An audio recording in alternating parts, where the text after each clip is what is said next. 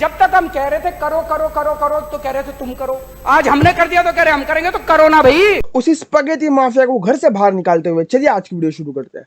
So welcome to another video of Indian football talks, your home of football reviews, transfer talks and many more. So आज हम बात करेंगे सीरी आ की, जो league के बारे में कोई शायद ही बात कर रहा है। So let's talk about it, क्योंकि इस सीजन सीरी आ बहुत ही कॉम्पिटिटिव हो गई है, बहुत ही कॉम्पिटिटिव हो गई है। वही प्रीमियर लीग का लेवल चल रहा है वहां पर भी, एंड देखने में मजा आएगा कि क्या लगता है आपको कौन जीतेगी। गए सीजन जैसे इंटर वापस फर्स्ट पर है, ठीक है, 19 मैचों में 46 पॉइंट्स है, but on the second position we have AC Milan, the Milan clubs ruling the Serie A right now with 42 points in 19 matches. Obvious third पर नेपोली। देखो नेपोली का हर टाइम का ऐसा है गाइस, नेपोली फर्स्ट आती है, मतलब विंटर तक फर्स्ट रहती है, क्योंकि कुछ आंग में आ जाता है and they slip up the first position और वापस थर्ड पर आ गए हैं विद 39 पॉइंट्स। कहां पर लग रहा था कि नेपोली का सीजन हो सकता है ये, बट वापस उन्होंने अपनी, ठीक है, अपनी प्लेइंग स्टाइल दिखा दी। मैं कुछ और बोलने वाला हूं, प्लेइंग स्टाइल दिखा दी और 39 पॉइंट्स पर थर्ड पे आ गए। At fourth we have Atalanta with 38 points और फिफ्थ पर यूरोपा लीग स्पॉट पर यूवेंटस है 34 पॉइंट्स पर, और सिक्स्थ पर है हमारी अपनी रोमा विद 32 पॉइंट्स पर। मतलब यहाँ पर अच्छे खासे कंपटीशन चल रहे हैं अगर आप देखोगे तो। मतलब फिफ्थ और सिक्स्थ के इसमें सिर्फ 2 पॉइंट का डिफरेंस है, उसके बाद फोर्थ और सिक्स्थ के बीच में 6 पॉइंट का डिफरेंस है। ये बहुत बड़ा डिफरेंस हो गया। अब चलिए हर एक क्लब के बारे में विस्तार में बातें करते हैं, क्योंकि बहुत मजा आने वाला है क्लब के बारे में बातें करने के लिए, क्योंकि इंटर मिलान बहुत ही तगड़े फॉर्म में लग रही है। पिछले 5 मैच में 5 विन्स, समझ रहे हो, पिछले 5 मैच में 5 विन्स, और इंजागी ने बहुत तगड़ा काम किया है, बहुत ही तगड़ा काम किया है इंजागी ने इन पर। और दिख रहा है हमें कि सीरी आ लीडर्स है, उसके बाद UCL में भी अच्छा काम कर सकते हैं, हमने देखा है उन्हें। और उनके साइनिंग्स इस समर देखनी होगी, क्योंकि ओनाना तो उनका डील डन हो चुका है, हैंडानोविच की उम्र हो गई है और उसे रिप्लेस करने के लिए ओनाना आ रहा है। But the main thing, the striker जेको गोल मार रहा है विद लाउटारो मार्टिनेज, दोनों आपस में बहुत अच्छी अंडरस्टैंडिंग बनाते हुए। और उसके बाद आपके पास पेरिसिच है, आपके पास एलेक्सिस सैंचेज बीच बीच में आके गोल मार के चला जाते हैं। सब बहुत तगड़ी टीम दिख रही है ये, और and I think this season ये जीत सकते हैं। सीरी आ पूरी तरीके से खत्म नहीं हुआ, कुछ भी हो सकता है, बट दिस सीजन वापस जीत सकते हैं सीरी आ, और क्या पता है हक भी दे। बट सेकेंड पोजिशन पर AC मिलान, तो AC मिलान भाई फर्स्ट पर थी, बट उन्होंने स्लिप कर दिया and they are now in second. AC Milan के सीजन अच्छे जा रहे हैं फिलहाल में। Yes, they are competing for the league title after a long time, they are competing for the league title, और अच्छे स्पार्क्स दिख रहे हैं। और AC मिलान, अगर आपको लगता है कि ये टाइटल नहीं जीत सकती सीरी आ, क्यों नहीं जीत सकती गाइस? 46 पर है इंटर मिलान, 42 पर है AC मिलान। अगर इंटर मिलान स्लिप अप भी हो गई थोड़ी सी, तो AC मिलान तो भाई कैपिटलाइज करने में बैठी ही है, ठीक है। अपने पिछले 5 मैचों में सिर्फ एक लॉस पिछले 5 मैचों में। This shows AC Milan are also in a great form. अब नेपोली के बारे में बात करते हैं। देखो नेपोली विंटर तक फर्स्ट पर थी नेपोली। अब उसके बाद ऐसा क्या हो गया कि नेपोली मतलब थर्ड पर चली गई। इतनी अच्छी टीम खेल रही थी जो थर्ड पर चली गई, क्योंकि जैसे कि आपको पता है नेपोली का पहले से यही रूटीन है, अच्छा खेलेंगे, फर्स्ट हाफ अच्छा खेलेंगे ये लोग सीजन का, and then going into the second half ये लोग हक देते हैं। सही में पहले से ऐसा ही रूटीन है इनका। लगेगा कि yes this year will be of Napoli's, but कुछ ना कुछ करके ये थर्ड या सेकंड पर आ ही जाते हैं और स्लिप अप कर ही देते हैं पोजीशन। और अगर हम फॉर्म की बात करें ना, तो नेपोली ने सिर्फ पिछले 5 मैचेस में से 1 ही जीता है, 3 लॉस और 1 ड्रॉ।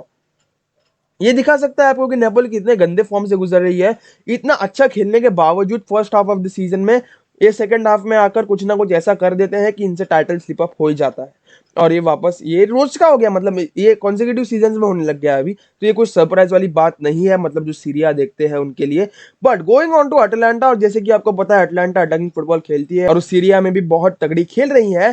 सो टॉप 4 पर मतलब कुछ इनका सरप्राइज नहीं होना चाहिए अगर टॉप 4 में फिनिश कर लिए तो। बट मतलब सीजन उनके लिए भी बहुत डिफिकल्ट जा रहा है कहीं ना कहीं, ठीक है। उन्होंने अपने पहले मतलब आखिरी के 5 मैचेस में से 3 मैच जीते, और जो अभी का मैच हुआ था उसमें ड्रॉ हुआ है उनका। 3 मैच जीतकर 1 लॉस हुआ है उनका। सो प्रिटी गुड फॉर्म, तो ये उनको काउंट आउट नहीं कर सकते टॉप 4 कंटेंडरशिप में। But on the 5th place Juventus, जो हमें लग रहा था कि टॉप 4 भी नहीं कर पाएंगे, they are on 5th position और सिर्फ 4 पॉइंट दूर है टॉप 4 पोजीशन से। अब ये हो पाएगा क्या नहीं वो तो पता नहीं, क्योंकि देखो यहाँ पर कोई भी स्लिप अप कर सकता है। नेपोली का फॉर्म अच्छा नहीं चल रहा है, नेपोली स्लिप अप कर सकती है। यहाँ पर अटलांटा स्लिप अप कर सकती है, इंटर मिलान, एसी मिलान का फॉर्म तगड़ा चल रहा है, ठीक है। तो ये 2 टीमों में से कोई ना कोई तो स्लिप अप कर सकती है, गारंटेड स्लिप अप कर सकती है, और यूवेंटस उसका फायदा उठा सकती है। और यूवेंटस जैसे कि आपको पता है कि अपने मतलब पिछले 5 मैचेस में से एक भी मैच नहीं आ रही है, 4 विन और 1 ड्रॉ, एक भी मैच नहीं आ रही है। नैरो विंस तो narrow wins, but they are generating win, यही तो इंपॉर्टेंट है। उन्हें पता है उन्हें अब फ्री फ्लोइंग फुटबॉल नहीं खेल पाएंगे वो फिलहाल, तो उन्हें वो टाइम लगेगा खेलने में। बट फिलहाल वो क्या कर रहे हैं, कैसे भी खेल रहे हैं बट एक विन निकाल रहे हैं, and this is important. 3 points are important on the table, no matter how you get it. तो यूवेंटस की यही फिलॉसफी रही है फिलहाल में, तो उन्हें वो पॉइंट्स मिल भी रहे हैं and they capitalising on the chances. तो अच्छी बात है, 5th पर है, शायद से टॉप 4 में आ जाए। कंटेंटशिप तो है ही फिलहाल, मतलब 4 ही पॉइंट्स दूर है टॉप 4 से। But when we go on to 6 there is a surprise, क्योंकि सरप्राइज तो नहीं बोलेंगे क्योंकि रोमा टॉप 6 में है। जोसे मोरिनो की रोमा जो लग रही थी पहले कि टॉप 4 में अपनी प्लेस पक्की कर रही है, मतलब एक स्टडी पेस से जा रही थी, वो कहीं ना कहीं डगमगा गई और हमें पता था कि ये कहीं ना कहीं होने वाला है रोमा के साथ। जोसे मोरिनो को टाइम देना चाहिए, he is doing great at Roma फिलहाल तो, क्योंकि पिछले 5 मैच में 2 विन्स 2 लॉस 1 ड्रॉस, ठीक है। रोमा अच्छी खेल रही है एंड वो अपनी इंप्रूवमेंट्स कर भी रही है। और जोसे मोरिनियो ने तो जैसे कि आपको पता है टैमी अब्राहम को 20 में कन्वर्ट कर ही दिया है। कहीं ना कहीं रोमा को भी उस फॉर्म से गुजरना पड़ेगा। रोमा की भी यही हालत होती है हर एक सीरिया सीजन में। फर्स्ट में टॉप 4 आएंगे first half of the season, मतलब जो 13, 14, 15 मैचेस होंगे उसमें फर्स्ट हाफ में टॉप 4 या टॉप 5 में दिखेंगे आपको। बट जैसे ही सेकंड हाफ शुरू होता है ये कहीं ना कहीं वापस स्लिप अप कर देते हैं। ये कहीं ना कहीं नेपोली जैसी ही हालत है इनकी भी, कहीं ना कहीं स्लिप अप हो जाते हैं और ये वापस नीचे आकर गिर जाते हैं, slipping up on a European position. क्योंकि नीचे अगर आप देखोगे 7th पोजीशन पर, तो फ्लोरेंटीना और लाजियो दोनों इस यूरोपियन स्पॉट के लिए बहुत तगड़ी लड़ाई कर रहे हैं, क्योंकि दोनों ही फ्लोरेंटीना 32 पॉइंट्स पर है, same as Roma. Goal difference की वजह से रोमा आगे है एंड लाजियो ऑन 31 पॉइंट।